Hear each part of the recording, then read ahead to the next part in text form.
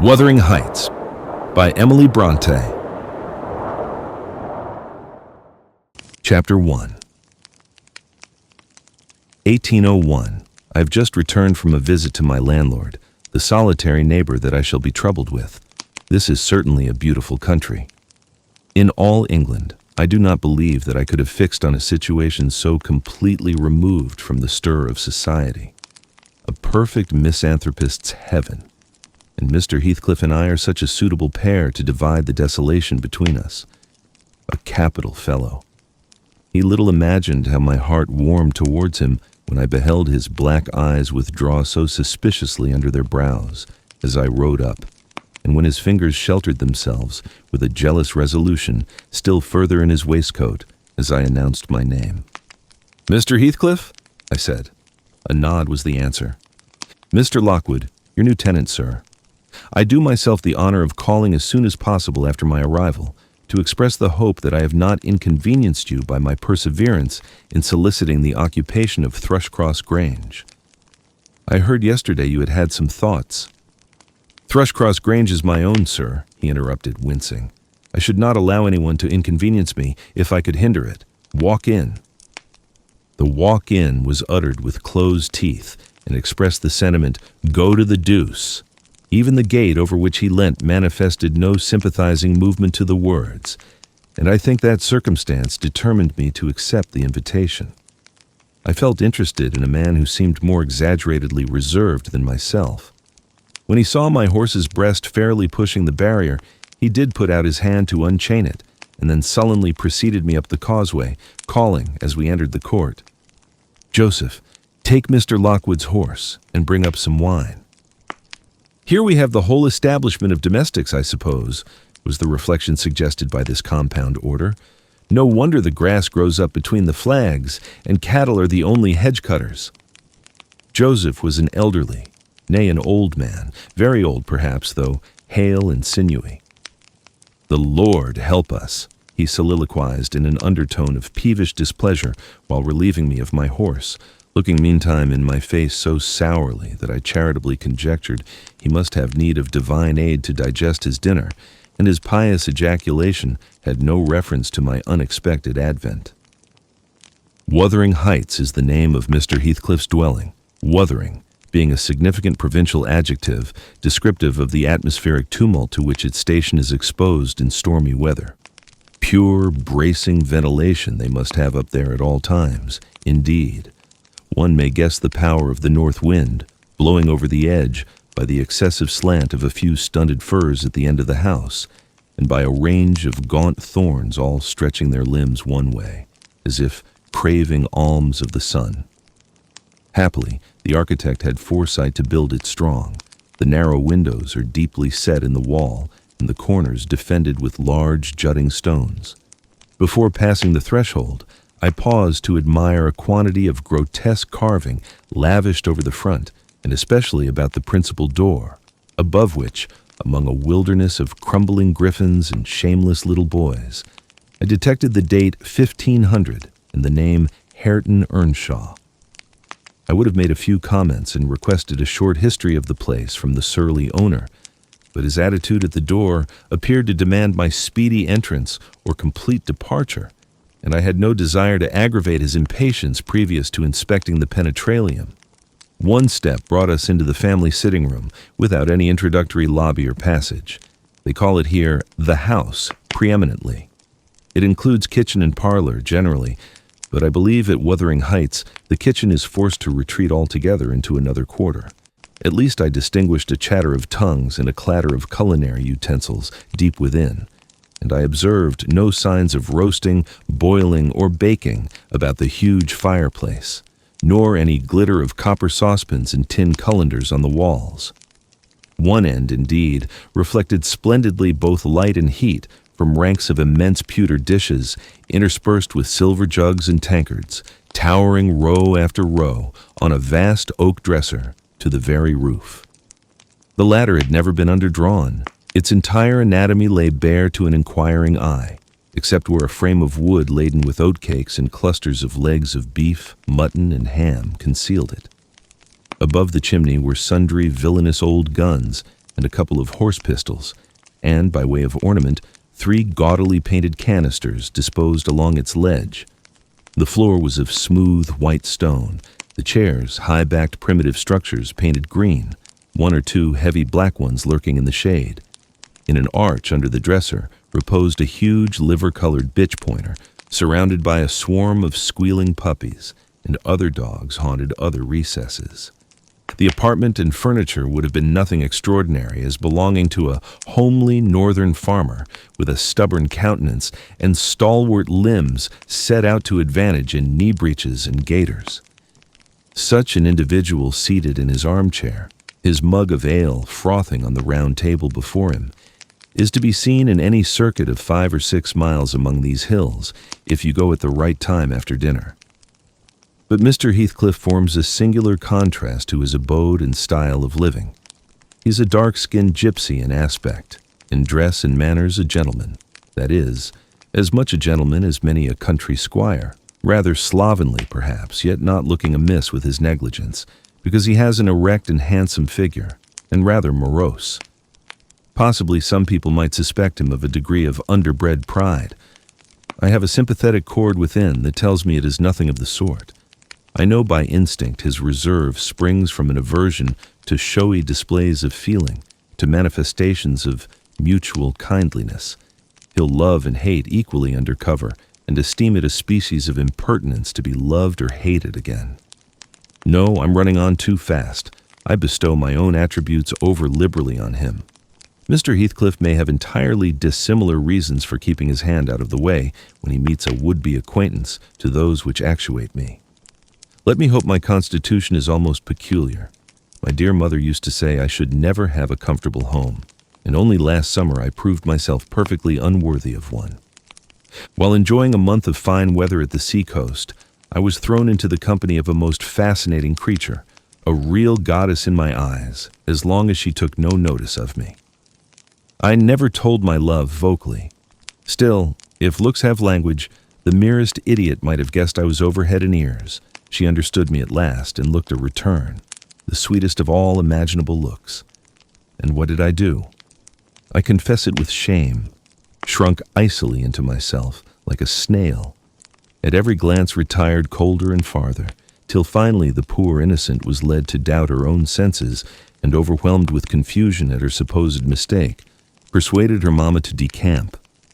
By this curious turn of disposition, I have gained the reputation of deliberate heartlessness, how undeserved I alone can appreciate.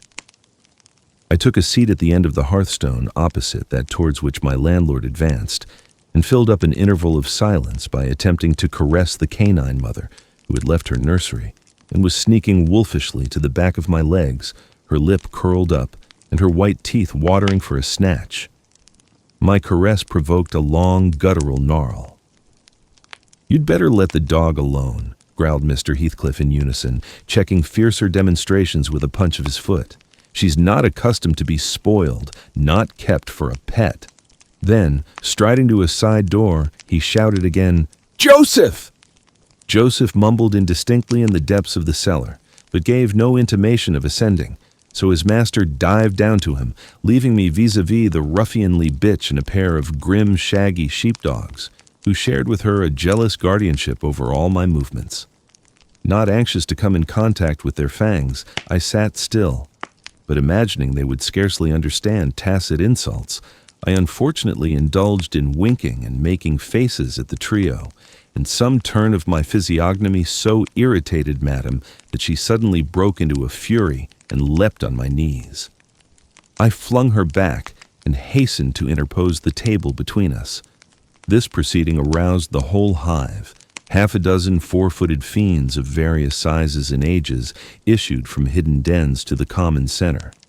I felt my heels and coat laps peculiar subjects of assault, and parrying off the larger combatants as effectually as I could with the poker, I was constrained to demand, aloud, assistance from some of the household in re-establishing peace. Mr. Heathcliff and his man climbed the cellar steps with vexatious phlegm. I don't think they moved 1 second faster than usual, though the hearth was an absolute tempest of worrying and yelping. Happily, an inhabitant of the kitchen made more dispatch. A lusty dame with tucked-up gown, bare arms, and fire-flushed cheeks rushed into the midst of us flourishing a frying pan, and used that weapon and her tongue to such purpose that the storm subsided magically, and she only remained heaving like a sea after a high wind when her master entered on the scene. "What the devil is the matter?" he asked, eyeing me in a manner that I could ill endure after this inhospitable treatment. "What the devil indeed," I muttered. "The herd of possessed swine could have had no worse spirits in them than those animals of yours, sir. You might as well leave a stranger with a brood of tigers." "They won't meddle with persons who touch nothing," he remarked, putting the bottle before me and restoring the displaced table. "The dogs do right to be vigilant. Take a glass of wine." "No, thank you." "Not bitten, are you?" If I had been, I would have set my signet on the biter. Heathcliff's countenance relaxed into a grin. "Come, come," he said. "You are flurried, Mr. Lockwood. Here, take a little wine. Guests are so exceedingly rare in this house that I and my dogs I am willing to own hardly know how to receive them. Your health, sir?" I bowed and returned the pledge, beginning to perceive that it would be foolish to sit sulking for the misbehavior of a pack of curs. Besides, I felt loth to yield the fellow further amusement at my expense, since his humor took that turn. He, probably swayed by prudential consideration of the folly of offending a good tenant, relaxed a little in the laconic style of chipping off his pronouns and auxiliary verbs, and introduced what he supposed would be a subject of interest to me, a discourse on the advantages and disadvantages of my present place of retirement. I found him very intelligent on the topics we touched, and before I went home, I was encouraged so far as to volunteer another visit tomorrow. He evidently wished no repetition of my intrusion. I shall go notwithstanding. It is astonishing how sociable I feel myself compared with him. Chapter 2. Yesterday afternoon, set in misty and cold. I had half a mind to spend it by my study fire, instead of wading through heath and mud to Wuthering Heights. On coming up from dinner, however, N.B., I dined between 12 and 1 o'clock. The housekeeper, a matronly lady, taken as a fixture along with the house, could not or would not comprehend my request that I might be served at 5. On mounting the stairs with this lazy intention, and stepping into the room, I saw a servant girl on her knees surrounded by brushes and coal scuttles, and raising an infernal dust as she extinguished the flames with heaps of cinders. This spectacle drove me back immediately.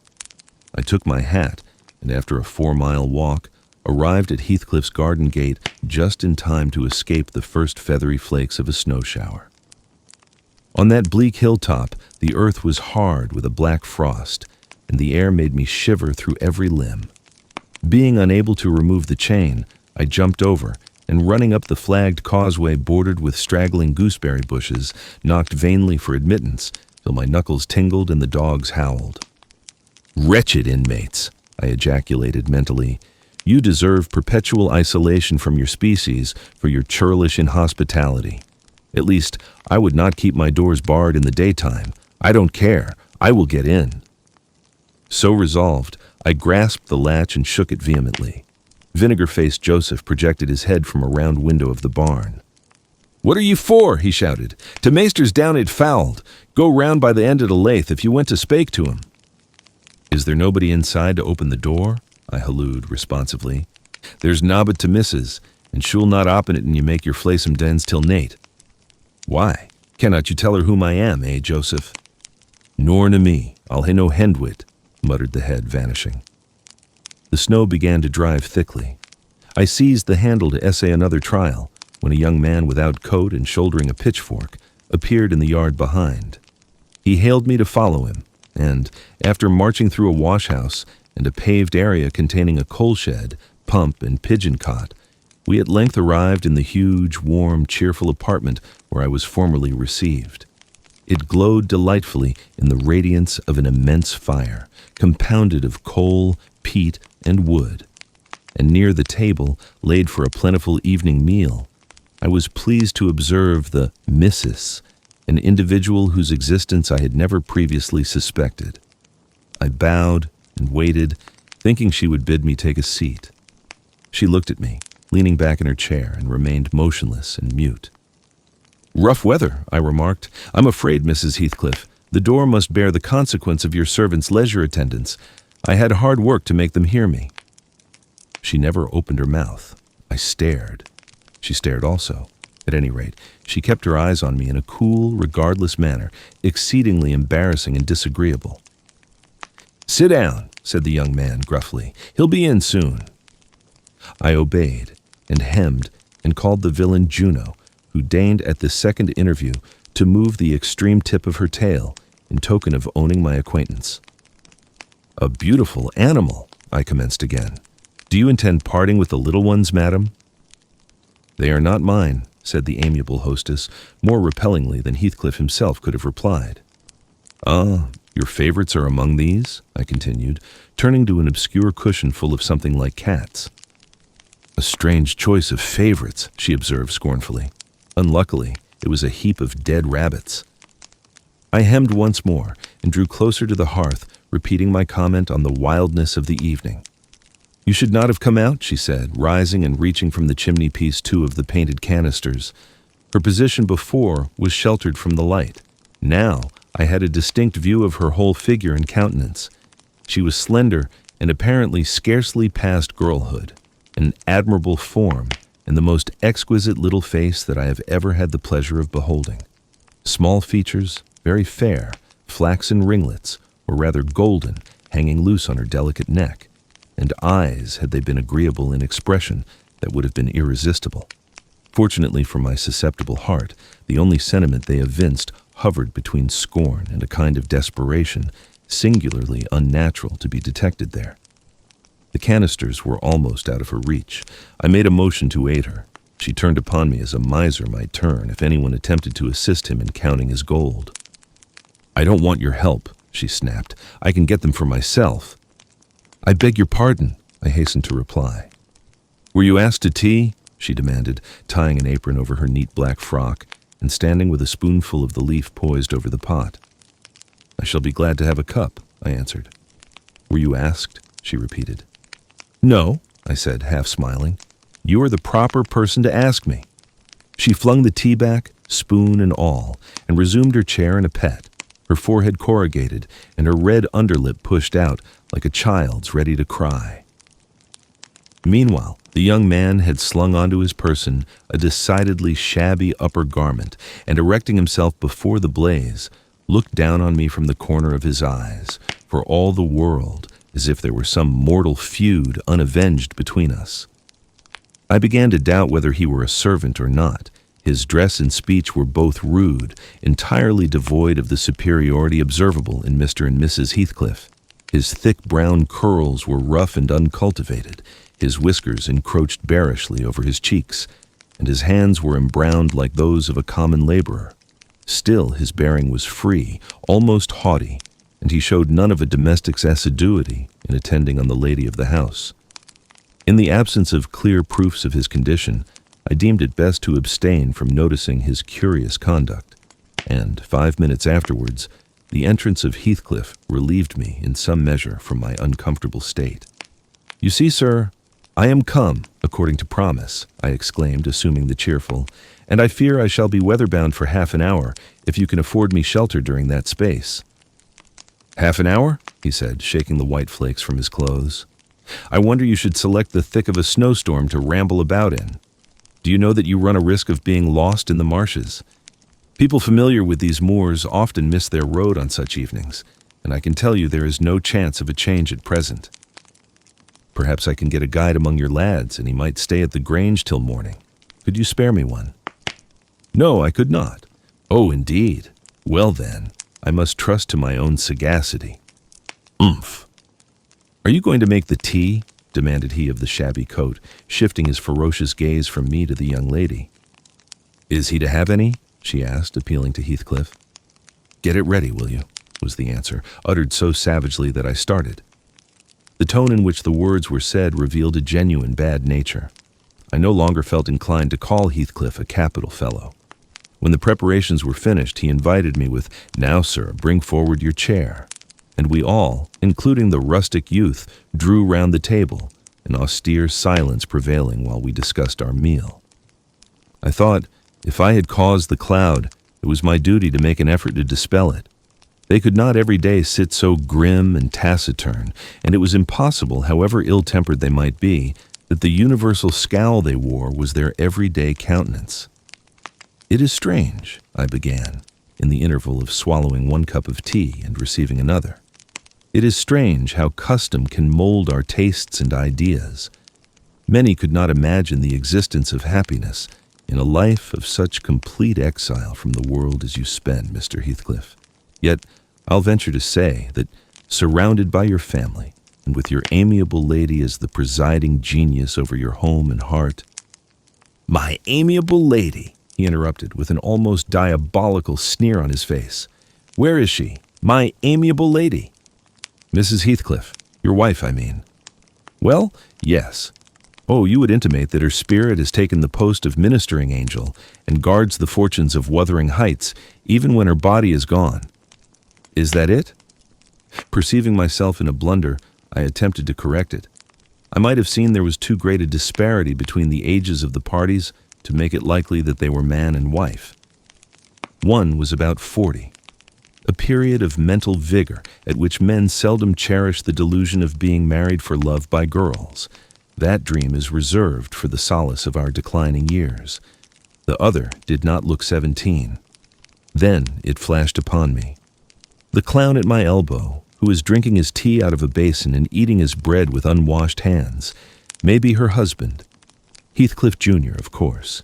Here is the consequence of being buried alive. She has thrown herself away upon that boor from sheer ignorance that better individuals existed. A sad pity. I must beware how I cause her to regret her choice. The last reflection may seem conceited. It was not. My neighbor struck me as bordering on repulsive. I knew through experience that I was tolerably attractive. "Mrs. Heathcliff is my daughter-in-law," said Heathcliff, corroborating my surmise. He turned as he spoke, a peculiar look in her direction, a look of hatred, unless he has a most perverse set of facial muscles that will not, like those of other people, interpret the language of his soul. "Ah, certainly. I see now. You are the favored possessor of the beneficent fairy," I remarked, turning to my neighbor. This was worse than before. The youth grew crimson and clenched his fist with every appearance of a meditated assault. But he seemed to recollect himself presently and smothered the storm in a brutal curse muttered on my behalf, which, however, I took care not to notice. "Unhappy in your conjectures, sir," observed my host. "We neither of us have the privilege of owning your good fairy. Her mate is dead. I said she was my daughter-in-law, therefore she must have married my son." "And this young man is—" "Not my son, assuredly." Heathcliff smiled again, as if it were rather too bold a jest to attribute the paternity of that bear to him. "My name is Hareton Earnshaw," growled the other, "and I'd counsel you to respect it." "I've shown no disrespect," was my reply, laughing internally at the dignity with which he announced himself. He fixed his eye on me longer than I cared to return the stare, for fear I might be tempted either to box his ears or render my hilarity audible. I began to feel unmistakably out of place in that pleasant family circle. The dismal spiritual atmosphere overcame and more than neutralized the glowing physical comforts round me, and I resolved to be cautious how I ventured under those rafters a third time. The business of eating being concluded, and no one uttering a word of sociable conversation, I approached a window to examine the weather. A sorrowful sight I saw. Dark night coming down prematurely, and sky and hills mingled in one bitter whirl of wind and suffocating snow. "I don't think it possible for me to get home now without a guide," I could not help exclaiming. "The roads will be buried already, and if they were bare, I could scarcely distinguish a foot in advance." "Hareton, drive those dozen sheep into the barn porch. They'll be covered if left in the fold all night, and put a plank before them," said Heathcliff. "How must I do?" I continued, with rising irritation. There was no reply to my question, and on looking round, I saw only Joseph bringing in a pail of porridge for the dogs, and Mrs. Heathcliff leaning over the fire, diverting herself with burning a bundle of matches which had fallen from the chimney-piece as she restored the tea canister to its place. The former, when he had deposited his burden, took a critical survey of the room, and in cracked tones grated out, "Oh, wonder how ya can fishin' to stand there i idleness on war when all on 'em's goin' out. Bud, you're a knout, and it's no use talkin'. You'll niver mend o' your ill ways, but go a rate to the divil, like your mother afore ye." I imagined for a moment that this piece of eloquence was addressed to me, and sufficiently enraged, stepped towards the aged rascal with an intention of kicking him out of the door. Mrs. Heathcliff, however, checked me by her answer. "You scandalous old hypocrite," she replied. "Are you not afraid of being carried away bodily whenever you mention the devil's name? I warn you to refrain from provoking me, or I'll ask your abduction as a special favor." "Stop. Look here, Joseph," she continued, taking a long, dark book from a shelf. "I'll show you how far I've progressed in the black art. I shall soon be competent to make a clear house of it. The red cow didn't die by chance, and your rheumatism can hardly be reckoned among providential visitations." "Oh, wicked, wicked," gasped the elder. "May the Lord deliver us from evil." "No, reprobate. You are a castaway. Be off, or I'll hurt you seriously. I'll have you all modeled in wax and clay, and the first who passes the limits I fix shall. I'll not say what he shall be done to, but you'll see. Go, I'm looking at you." The little witch put a mock malignity into her beautiful eyes, and Joseph, trembling with sincere horror, hurried out, praying and ejaculating "wicked" as he went.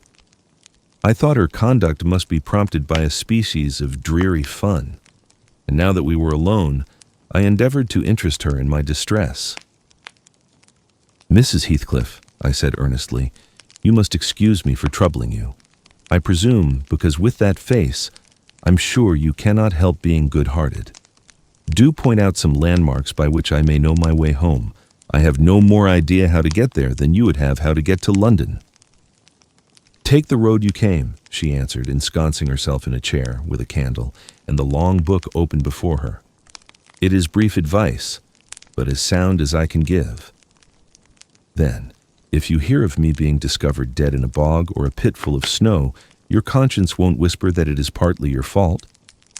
"How so?" "I cannot escort you. They wouldn't let me go to the end of the garden wall." "You? I should be sorry to ask you to cross the threshold for my convenience on such a night," I cried. "I want you to tell me my way, not to show it, or else to persuade Mr. Heathcliff to give me a guide." "Who? There is himself, Earnshaw, Zillah, Joseph, and I. Which would you have?" "Are there no boys at the farm?" "No, those are all." "Then it follows that I am compelled to stay." "That you may settle with your host. I have nothing to do with it." "I hope it will be a lesson to you to make no more rash journeys on these hills," cried Heathcliff's stern voice from the kitchen entrance. "As to staying here, I don't keep accommodations for visitors. You must share a bed with Hareton or Joseph if you do." "I can sleep on a chair in this room," I replied. "No, no. A stranger is a stranger, be he rich or poor. It will not suit me to permit anyone the range of the place while I am off guard," said the unmannerly wretch. With this insult, my patience was at an end. I uttered an expression of disgust and pushed past him into the yard, running against Earnshaw in my haste. It was so dark that I could not see the means of exit, and as I wandered round, I heard another specimen of their civil behavior amongst each other. At first, the young man appeared about to befriend me. "I'll go with him as far as the park," he said. "You'll go with him to hell," exclaimed his master, or whatever relation he bore. "And who is to look after the horses, eh?" "A man's life is of more consequence than one evening's neglect of the horses. Somebody must go," murmured Mrs. Heathcliff, more kindly than I expected. "Not at your command," retorted Hareton. "If you set store on him, you'd better be quiet." "Then I hope his ghost will haunt you, and I hope Mr. Heathcliff will never get another tenant till the Grange is a ruin," she answered sharply. "Hearken, hearken, shoes cursing on him," muttered Joseph, towards whom I had been steering. He sat within earshot, milking the cows by the light of a lantern, which I seized unceremoniously, and calling out that I would send it back on the morrow, rushed to the nearest postern. "Maester, maester, he's stailing to lanthorn," shouted the ancient, pursuing my retreat. "Hey, Gnasher! Hey, dog! Hey, wolf! Hold him! Hold him!" On opening the little door, two hairy monsters flew at my throat, bearing me down and extinguishing the light, while a mingled guffaw from Heathcliff and Hareton put the copestone on my rage and humiliation. Fortunately, the beasts seemed more bent on stretching their paws and yawning and flourishing their tails than devouring me alive. But they would suffer no resurrection, and I was forced to lie till their malignant masters pleased to deliver me. Then, hatless and trembling with wrath, I ordered the miscreants to let me out, on their peril to keep me 1 minute longer, with several incoherent threats of retaliation that, in their indefinite depth of virulency, smacked of King Lear. The vehemence of my agitation brought on a copious bleeding at the nose, and still Heathcliff laughed, and still I scolded. I don't know what would have concluded the scene, had there not been one person at hand rather more rational than myself, and more benevolent than my entertainer. This was Zillah, the stout housewife, who at length issued forth to inquire into the nature of the uproar. She thought that some of them had been laying violent hands on me, and not daring to attack her master, she turned her vocal artillery against the younger scoundrel. "Well, Mr. Earnshaw," she cried, "I wonder what you'll have again next. Are we going to murder folk on our very doorstones? I see this house will never do for me. Look at the poor lad, he's fair choking. Wisht. You mustn't go on so. Come in and I'll cure that. There now, hold ye still." With these words, she suddenly splashed a pint of icy water down my neck and pulled me into the kitchen. Mr. Heathcliff followed, his accidental merriment expiring quickly in his habitual moroseness. I was sick exceedingly, and dizzy, and faint, and thus compelled perforce to accept lodgings under his roof. He told Zillah to give me a glass of brandy, and then passed on to the inner room, while she condoled with me on my sorry predicament, and having obeyed his orders, whereby I was somewhat revived, ushered me to bed. Chapter 3. While leading the way upstairs, she recommended that I should hide the candle and not make a noise, for her master had an odd notion about the chamber she would put me in, and never let anybody lodge there willingly. I asked the reason. She did not know, she answered. She had only lived there a year or two, and they had so many queer goings-on she could not begin to be curious. Too stupefied to be curious myself, I fastened my door and glanced round for the bed. The whole furniture consisted of a chair, a clothes press, and a large oak case, with squares cut out near the top resembling coach windows. Having approached this structure, I looked inside and perceived it to be a singular sort of old-fashioned couch, very conveniently designed to obviate the necessity for every member of the family having a room to himself. In fact, it formed a little closet, and the ledge of a window, which it enclosed, served as a table. I slid back the paneled sides, got in with my light, pulled them together again, and felt secure against the vigilance of Heathcliff and everyone else. The ledge where I placed my candle had a few mildewed books piled up in one corner, and it was covered with writing scratched on the paint. This writing, however, was nothing but a name repeated in all kinds of characters, large and small. Catherine Earnshaw, here and there varied to Catherine Heathcliff, and then again to Catherine Linton. In vapid listlessness, I leant my head against the window, and continued spelling over Catherine Earnshaw, Heathcliff Linton, till my eyes closed. But they had not rested 5 minutes when a glare of white letters started from the dark, as vivid as specters. The air swarmed with Catherines, and rousing myself to dispel the obtrusive name, I discovered my candle-wick reclining on one of the antique volumes and perfuming the place with an odor of roasted calfskin. I snuffed it off, and, very ill at ease under the influence of cold and lingering nausea, sat up and spread open the injured tome on my knee. It was a testament, in lean type, and smelling dreadfully musty. A flyleaf bore the inscription, Catherine Earnshaw, her book, and a date some quarter of a century back. I shut it, and took up another and another, till I had examined all. Catherine's library was select, and its state of dilapidation proved it to have been well used, though not altogether for a legitimate purpose. Scarcely one chapter had escaped a pen and ink commentary, at least the appearance of one, covering every morsel of blank that the printer had left. Some were detached sentences, other parts took the form of a regular diary, scrawled in an unformed, childish hand. At the top of an extra page, quite a treasure probably when first lighted on, I was greatly amused to behold an excellent caricature of my friend Joseph, rudely yet powerfully sketched. An immediate interest kindled within me for the unknown Catherine, and I began forthwith to decipher her faded hieroglyphics. "An awful Sunday," commenced the paragraph beneath. "I wish my father were back again. Hindley is a detestable substitute. His conduct to Heathcliff is atrocious. H and I are going to rebel. We took our initiatory step this evening." All day had been flooding with rain.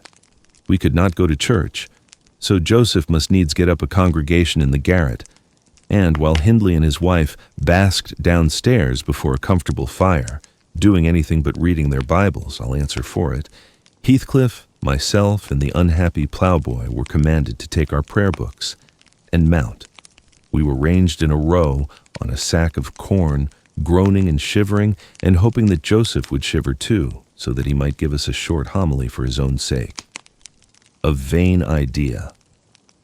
The service lasted precisely 3 hours, and yet my brother had the face to exclaim, when he saw us descending, "What, done already?" On Sunday evenings we used to be permitted to play, if we did not make much noise. Now a mere titter is sufficient to send us into corners. "You forget you have a master here," says the tyrant. "I'll demolish the first who puts me out of temper. I insist on perfect sobriety and silence. Oh boy, was that you? Francis, darling, pull his hair as you go by." I heard him snap his fingers. Francis pulled his hair heartily, and then went and seated herself on her husband's knee, and there they were, like two babies, kissing and talking nonsense by the hour, foolish palaver that we should be ashamed of.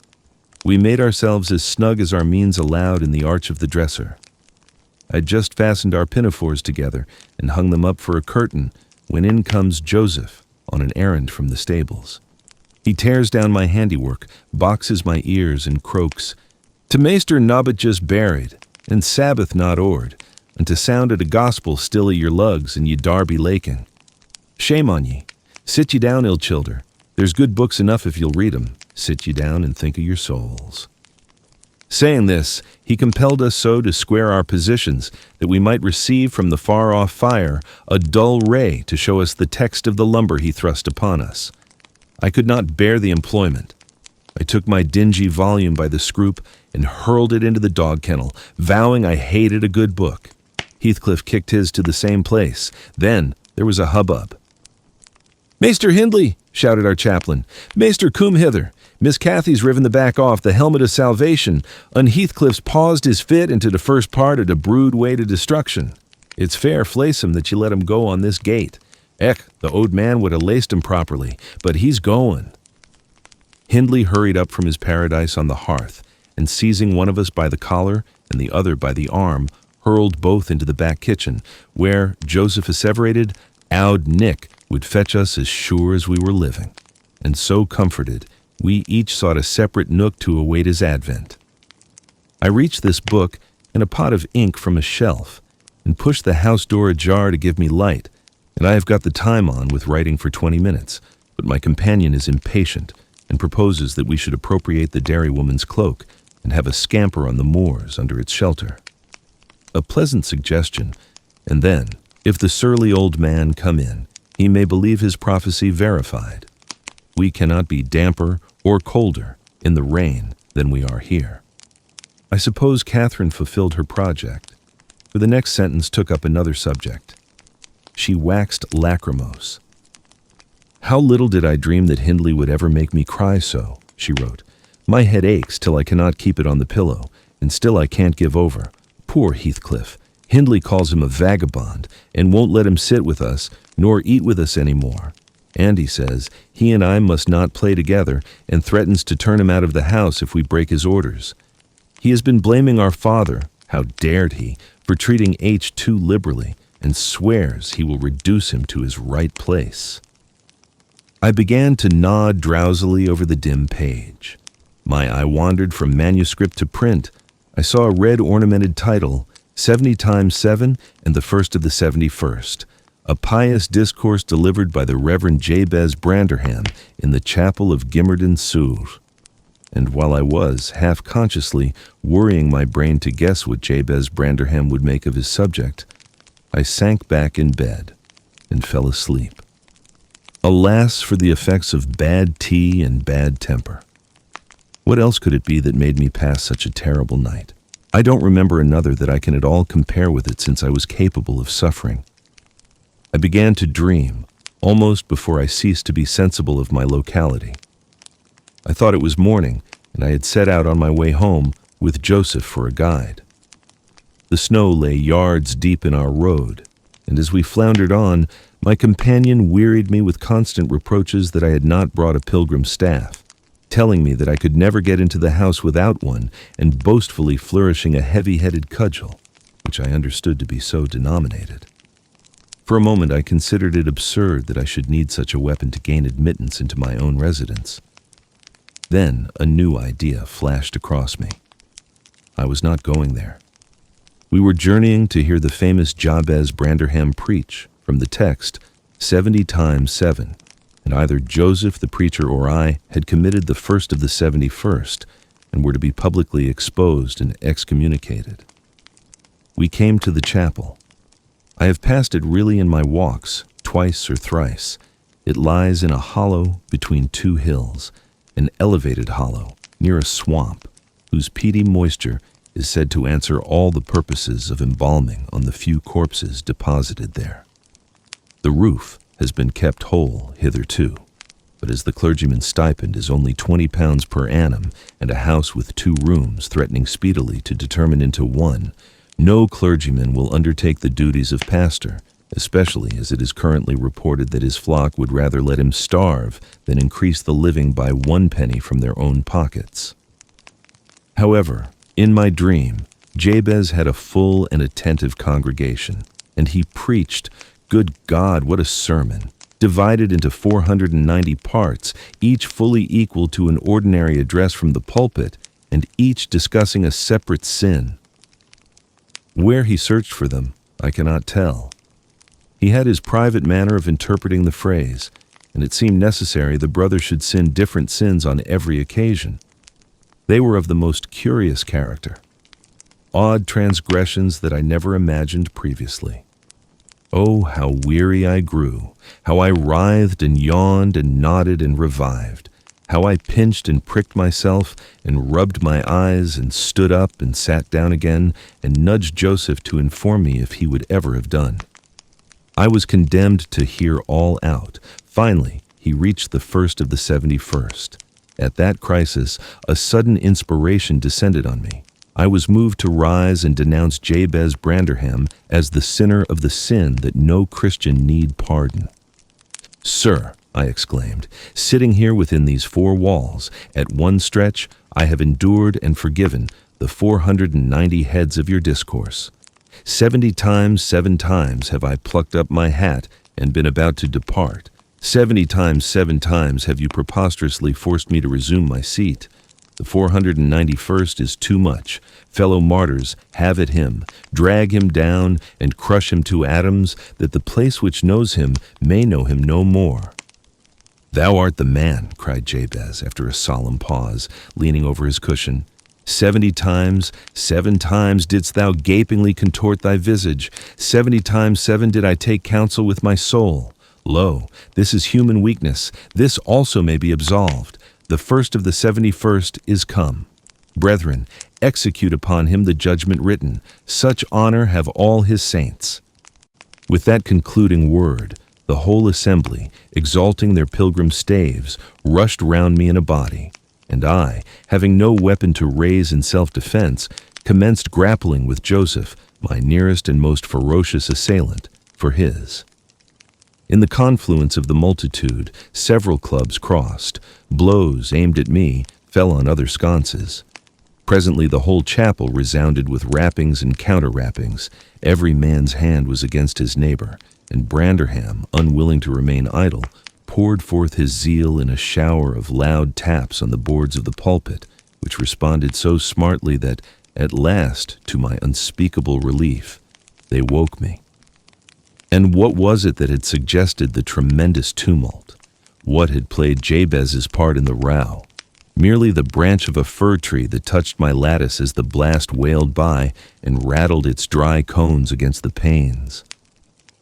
I listened doubtingly an instant, detected the disturber, then turned and dozed, and dreamt again, if possible, still more disagreeably than before. This time, I remembered I was lying in the oak closet, and I heard distinctly the gusty wind and the driving of the snow. I heard, also, the fir bough repeat its teasing sound, and ascribed it to the right cause. But it annoyed me so much that I resolved to silence it, if possible. And, I thought, I rose and endeavored to unhasp the casement. The hook was soldered into the staple, a circumstance observed by me when awake, but forgotten. I must stop it, nevertheless, I muttered, knocking my knuckles through the glass and stretching an arm out to seize the importunate branch, instead of which my fingers closed on the fingers of a little ice-cold hand. The intense horror of nightmare came over me. I tried to draw back my arm, but the hand clung to it, and a most melancholy voice sobbed, "Let me in, let me in." "Who are you?" I asked, struggling meanwhile to disengage myself. "Catherine Linton," it replied shiveringly. Why did I think of Linton? I had read Earnshaw 20 times for Linton. "I'm come home. I'd lost my way on the moor." As it spoke, I discerned, obscurely, a child's face looking through the window. Terror made me cruel, and finding it useless to attempt shaking the creature off, I pulled its wrist onto the broken pane and rubbed it to and fro till the blood ran down and soaked the bedclothes. Still it wailed, "Let me in!" and maintained its tenacious gripe, almost maddening me with fear. "How can I?" I said at length. "Let me go if you want me to let you in." The fingers relaxed. I snatched mine through the hole, hurriedly piled the books up in a pyramid against it, and stopped my ears to exclude the lamentable prayer. I seemed to keep them closed above a quarter of an hour. Yet, the instant I listened again, there was the doleful cry moaning on. "Begone!" I shouted. "I'll never let you in, not if you beg for 20 years. "It is 20 years, mourned the voice. 20 years. I've been a waif for 20 years. Thereat began a feeble scratching outside, and the pile of books moved as if thrust forward. I tried to jump up, but could not stir a limb, and so yelled aloud in a frenzy of fright. To my confusion, I discovered the yell was not ideal. Hasty footsteps approached my chamber door. Somebody pushed it open with a vigorous hand, and a light glimmered through the squares at the top of the bed. I sat shuddering, yet, and wiping the perspiration from my forehead. The intruder appeared to hesitate, and muttered to himself. "At last," he said, in a half-whisper, plainly not expecting an answer. "Is anyone here?" I considered it best to confess my presence, for I knew Heathcliff's accents, and feared he might search further if I kept quiet. With this intention, I turned and opened the panels. I shall not soon forget the effect my action produced. Heathcliff stood near the entrance, in his shirt and trousers, with a candle dripping over his fingers, and his face as white as the wall behind him. The first creak of the oak startled him like an electric shock. The light leapt from his hold to a distance of some feet, and his agitation was so extreme that he could hardly pick it up. "It is only your guest, sir," I called out, desirous to spare him the humiliation of exposing his cowardice further. "I had the misfortune to scream in my sleep, owing to a frightful nightmare. I'm sorry I disturbed you." "Oh, God confound you, Mr. Lockwood. I wish you were at the—" commenced my host, setting the candle on a chair because he found it impossible to hold it steady. "And who showed you up into this room?" he continued, crushing his nails into his palms and grinding his teeth to subdue the maxillary convulsions. "Who was it? I've a good mind to turn them out of the house this moment." "It was your servant Zillah," I replied, flinging myself onto the floor and rapidly resuming my garments. "I should not care if you did, Mr. Heathcliff. She richly deserves it. I suppose that she wanted to get another proof that the place was haunted, at my expense. Well, it is, swarming with ghosts and goblins. You have reason in shutting it up, I assure you. No one will thank you for a doze in such a den." "What do you mean?" asked Heathcliff. "And what are you doing? Lie down and finish out the night since you are here. But for heaven's sake, don't repeat that horrid noise. Nothing could excuse it unless you were having your throat cut." "If the little fiend had got in at the window, she probably would have strangled me," I returned. "I'm not going to endure the persecutions of your hospitable ancestors again. Was not the Reverend Jabez Branderham akin to you on the mother's side? And that minx, Catherine Linton, or Earnshaw, or however she was called, she must have been a changeling, wicked little soul. She told me she had been walking the earth these 20 years, a just punishment for her mortal transgressions, I've no doubt." Scarcely were these words uttered when I recollected the association of Heathcliff's with Catherine's name in the book, which had completely slipped from my memory till thus awakened. I blushed at my inconsideration, but without showing further consciousness of the offense, I hastened to add, "The truth is, sir, I passed the first part of the night in—" Here I stopped afresh. I was about to say, perusing those old volumes.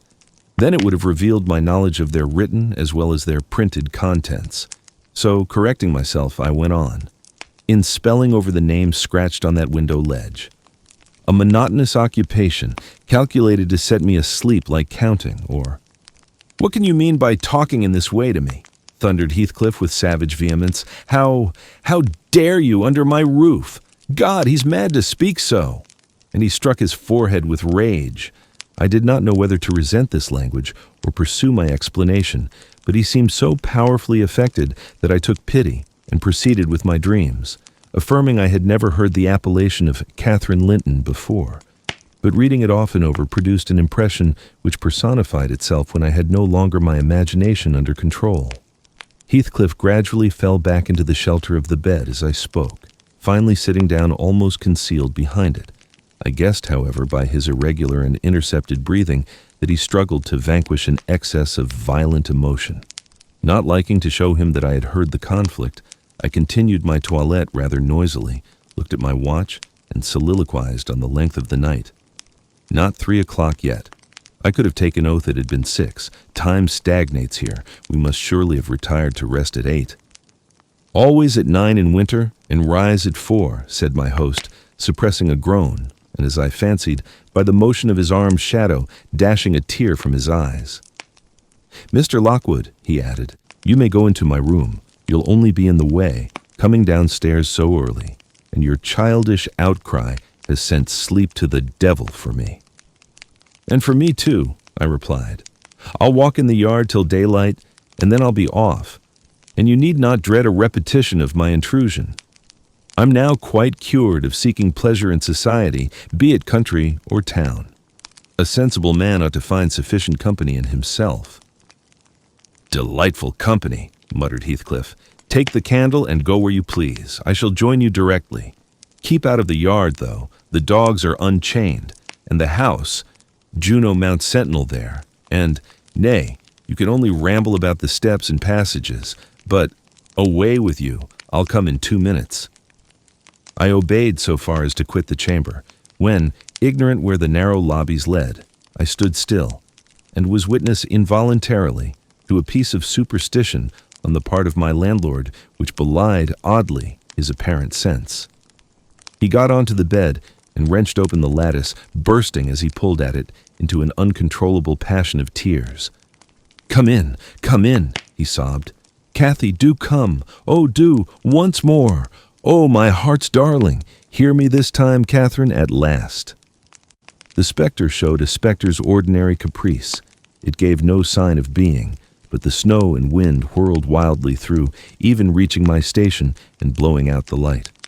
There was such anguish in the gush of grief that accompanied this raving that my compassion made me overlook its folly, and I drew off, half angry to have listened at all, and vexed at having related my ridiculous nightmare, since it produced that agony, though why was beyond my comprehension. I descended cautiously to the lower regions and landed in the back kitchen, where a gleam of fire, raked compactly together, enabled me to rekindle my candle. Nothing was stirring except a brindled gray cat, which crept from the ashes and saluted me with a querulous mew. 2 benches, shaped in sections of a circle, nearly enclosed the hearth. On one of these I stretched myself, and Grimalkin mounted the other. We were both of us nodding ere anyone invaded our retreat, and then it was Joseph, shuffling down a wooden ladder that vanished in the roof through a trap, the ascent to his garret, I suppose. He cast a sinister look at the little flame which I had enticed to play between the ribs, swept the cat from its elevation, and bestowing himself in the vacancy, commenced the operation of stuffing a 3-inch pipe with tobacco. My presence in his sanctum was evidently esteemed a piece of impudence too shameful for remark. He silently applied the tube to his lips, folded his arms, and puffed away. I let him enjoy the luxury unannoyed, and after sucking out his last wreath and heaving a profound sigh, he got up and departed as solemnly as he came. A more elastic footstep entered next, and now I opened my mouth for a good morning, but closed it again, the salutation unachieved. For Hareton Earnshaw was performing his orison sotto voce in a series of curses directed against every object he touched, while he rummaged a corner for a spade or shovel to dig through the drifts. He glanced over the back of the bench, dilating his nostrils, and thought as little of exchanging civilities with me as with my companion the cat. I guessed by his preparations that egress was allowed, and leaving my hard couch, made a movement to follow him. He noticed this, and thrust at an inner door with the end of his spade, intimating by an inarticulate sound that there was the place where I must go, if I changed my locality. It opened into the house, where the females were already astir, Zillah urging flakes of flame up the chimney with a colossal bellows, and Mrs. Heathcliff kneeling on the hearth, reading a book by the aid of the blaze. She held her hand interposed between the furnace heat and her eyes, and seemed absorbed in her occupation, desisting from it only to chide the servant for covering her with sparks, or to push away a dog now and then that snoozled its nose over forwardly into her face. I was surprised to see Heathcliff there also. He stood by the fire, his back towards me, just finishing a stormy scene with poor Zillah, who ever and anon interrupted her labor to pluck up the corner of her apron and heave an indignant groan. "And you worthless!" he broke out as I entered, turning to his daughter-in-law and employing an epithet as harmless as duck or sheep, but generally represented by a dash. "There you are, at your idle tricks again. The rest of them do earn their bread. You live on my charity. Put your trash away and find something to do. You shall pay me for the plague of having you eternally in my sight. Do you hear, damnable jade?" "I'll put my trash away because you can make me if I refuse," answered the young lady, closing her book and throwing it on a chair. "But I'll not do anything, though you should swear your tongue out. Accept what I please." Heathcliff lifted his hand, and the speaker sprang to a safer distance, obviously acquainted with its weight. Having no desire to be entertained by a cat-and-dog combat, I stepped forward briskly, as if eager to partake the warmth of the hearth and innocent of any knowledge of the interrupted dispute. Each had enough decorum to suspend further hostilities. Heathcliff placed his fists, out of temptation, in his pockets. Mrs. Heathcliff curled her lip and walked to a seat far off, where she kept her word by playing the part of a statue during the remainder of my stay. That was not long. I declined joining their breakfast, and at the first gleam of dawn, took an opportunity of escaping into the free air, now clear and still and cold as impalpable ice. My landlord hallooed for me to stop ere I reached the bottom of the garden and offered to accompany me across the moor. It was well he did, for the whole hillback was one billowy white ocean, the swells and falls not indicating corresponding rises and depressions in the ground. Many pits, at least, were filled to a level, and entire ranges of mounds, the refuse of the quarries, blotted from the chart which my yesterday's walk left, pictured in my mind. I had remarked on one side of the road, at intervals of 6 or 7 yards, a line of upright stones continued through the whole length of the barren. These were erected and daubed with lime on purpose to serve as guides in the dark, and also when a fall, like the present, confounded the deep swamps on either hand with the firmer path. But, excepting a dirty dot pointing up here and there, all traces of their existence had vanished, and my companion found it necessary to warn me frequently to steer to the right or left when I imagined I was following, correctly, the windings of the road. We exchanged little conversation, and he halted at the entrance of Thrushcross Park, saying, I could make no error there. Our adieux were limited to a hasty bow, and then I pushed forward, trusting to my own resources, for the porter's lodge is untenanted as yet. The distance from the gate to the Grange is 2 miles. I believe I managed to make it 4, what with losing myself among the trees and sinking up to the neck in snow, a predicament which only those who have experienced it can appreciate. At any rate, whatever were my wanderings, the clock chimed 12 as I entered the house, and that gave exactly an hour for every mile of the usual way from Wuthering Heights. My human fixture and her satellites rushed to welcome me, exclaiming tumultuously they had completely given me up. Everybody conjectured that I perished last night, and they were wondering how they must set about the search for my remains. I bid them be quiet, now that they saw me returned, and, benumbed to my very heart, I dragged upstairs, whence, after putting on dry clothes and pacing to and fro 30 or 40 minutes to restore the animal heat, I adjourned to my study, feeble as a kitten, almost too much so to enjoy the cheerful fire and smoking coffee which the servant had prepared for my refreshment.